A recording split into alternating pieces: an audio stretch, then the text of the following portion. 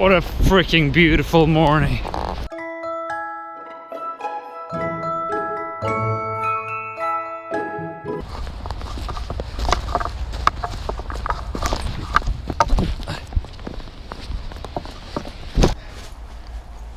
Time for another day of deep self-observation.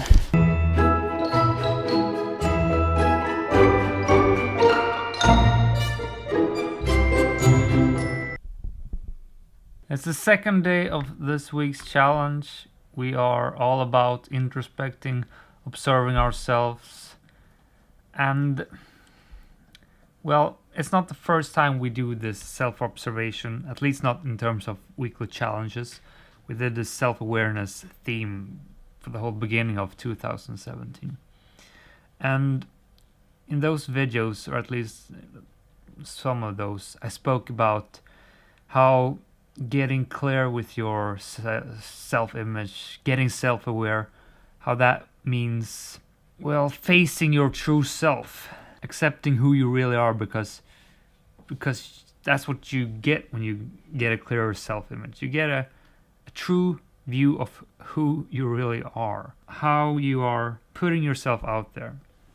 And I spoke of how that could be tough and, facing that reality.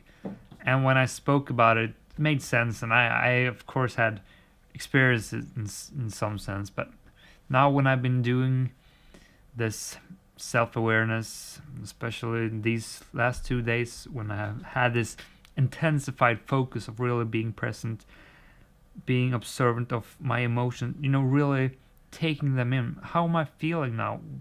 And then following those feelings to the cause, why I have these emotions present. And the thing is, when you do this, it's such an emotional carousel, because it's not an easy path to follow these emotions. Usually, all of us, most of us, at least we cover up how we feel with external inputs. We listen to things, audiobooks, podcasts, music, YouTube. We just keep bombard ourselves with external inputs, which covers it all up. It's a convenient way of getting rid of the true underlying emotions.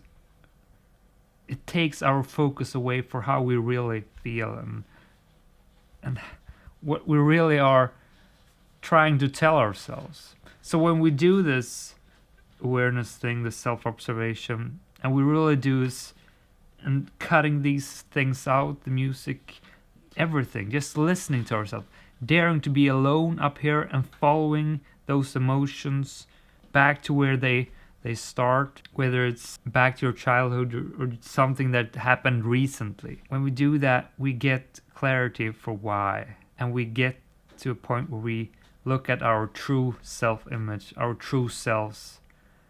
And that is really scary, because it means that you realize that you are here in your present self-image and you're not where you want to be, or maybe think you are also. You could just have an internal view of yourself that's just not true at all. And that's what you realize when you do these things, the self-observation. And it is an emotional carousel. It kind of makes you question so many big things in life.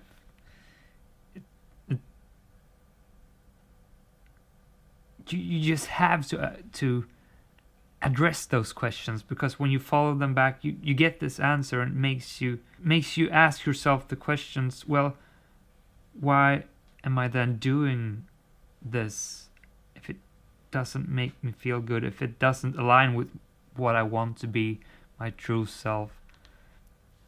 Going after the things you really want in life. I mean, you could live an entire life and just cover it up with external things that will hinder you to go where you really want to be. And it's so easy to get caught in that trap, and I get caught in that trap all the way.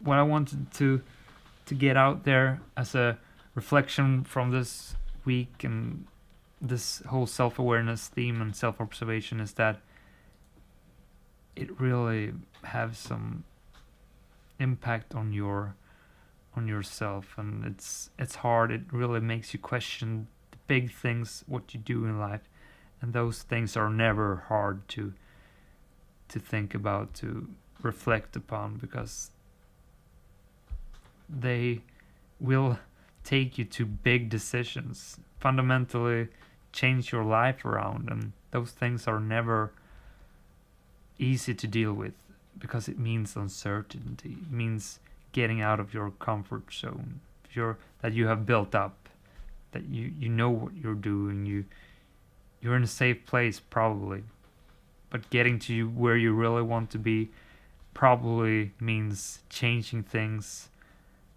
Change means uncertainty, and we do everything in our power, both consciously and subconsciously, to not get ourselves in a state of uncertainty. Still, it is a path that must be walked if we want to get to where we want to be. I just had to share that reflection because today it really has been one of those days where so much things has bubbled up as a result of the observations I've done, and some deep shit which really can bring you down, really.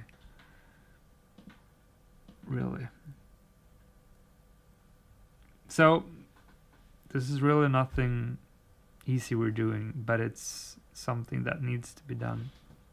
Getting clear with our self-image, being present, being aware,